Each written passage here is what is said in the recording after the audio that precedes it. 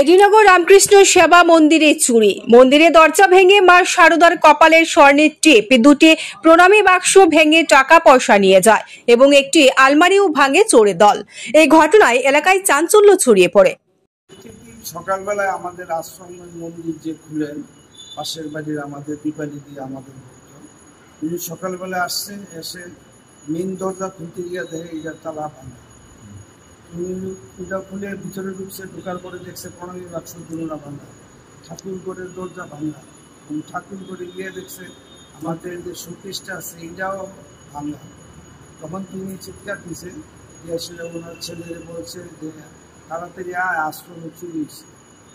ছেলের সঙ্গে তাড়াতাড়ি আসলো এবং আসার পরে দেখলো যে ঘটনা ঠিকই চুরি। তখন উনি আমাদের কেশিয়ার মহাশয় নেপাল বাবুকে ফোন করছে।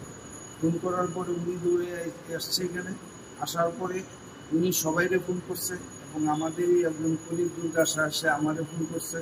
করার পরে আমরা প্রায় সবাই কর্মকর্তারা এবং আমাদের যারা স্টাফ আছে, রিটায়ার্ড আইজিপি আছে, ডিএসপি আছে, এসআই আছে, উনি একজন সাব ইন্সপেক্টর, সবাই এসে আসার পরে আমরা সব দেখলাম। দেখার পরে আমরা এডিনগর পিএসসি ইনফর্ম করলাম, ওসির কাছে ফোন করলাম, সঙ্গে সঙ্গে পিএসসি গাল উঠাইছে, তারা ইনভেস্টিগেশন করছে। আমরা গেছি এখানে গিয়ে সেটা তাদের কাছে এফআইআর কপি দিচ্ছি এবং তাদেরকে কইছি যে পুরোটা ইনভেস্টিগেশন ক্যান্ডি করবেন আর আমাদেরকে এফআইআর কপিটা দেবেন, কারণ আমরা কোনো মতে এই এফআইআর কপিটা পাঠাবো। কি কি নিয়ে গেছে মানে আমরা এখন অব্দি যতটুকু জানলাম, আমাদের প্রণামী বাক্স অনেকদিন ধরে খোলা হয় না, প্রায় মাস 4 খোলা হয় না। আর ওই সারদা দেবীর মার একটা কপালে স্বর্ণের টিপ আছে, ওই শোকেসের এটা খুলে ছিল, এটা নিয়ে গেছে। আর ভিতরের জিনিস যা আছে সব উলট পালট লন্ড বন্ধ করছে।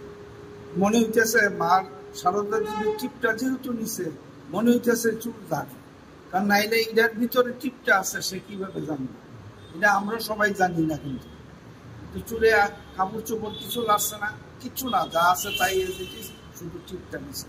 আর প্রণামী বাক্সে টাকা দিয়ে দিয়েছে। কি নাম আপনার নাম? বিবেকানন্দ সাহা, আমি আশ্রম সেক্রেটারি।